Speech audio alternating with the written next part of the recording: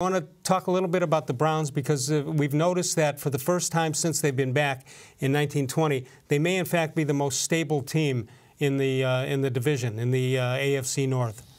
Would you agree with that? Yeah, I mean, I've listened to a ton of sports talk in the last 48 hours about the Pittsburgh Steelers, and 90% of it has not been positive. Well, here's what's happened in the AFC North. Changes made since the end of last season.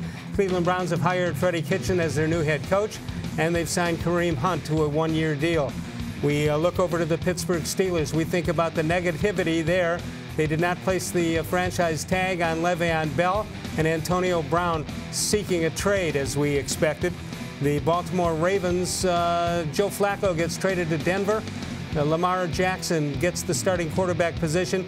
Jackson completed some 58% of his passes in 2018. Cincinnati Bengals, let's see what they've done. Well, they recently hired Zach Taylor as their new head coach. He was the Rams quarterback coach last year, and they were the last team to hire a defensive coordinator. They did that today.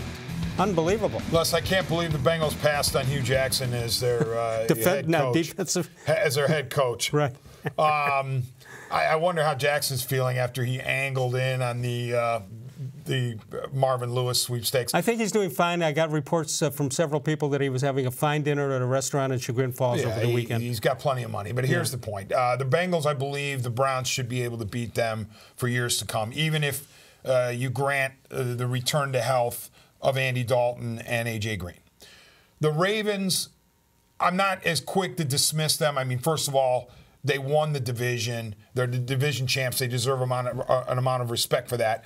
Jackson, I know he has issues throwing the ball, but I want to see how that plays out before I bury the Ravens. Well, and their defense is still very good. Either the Ravens will come up with a way to get Jackson to do it, right, or the defenses will. It'll be the offense of the Ravens against the defense of the other teams in the division. Yeah, so I'm not going to sit here and automatically say the Browns are going to be better than the Ravens. And the Steelers, I know they're going through a lot, and they've got issues, and Brown and Bell are seemingly on their way out.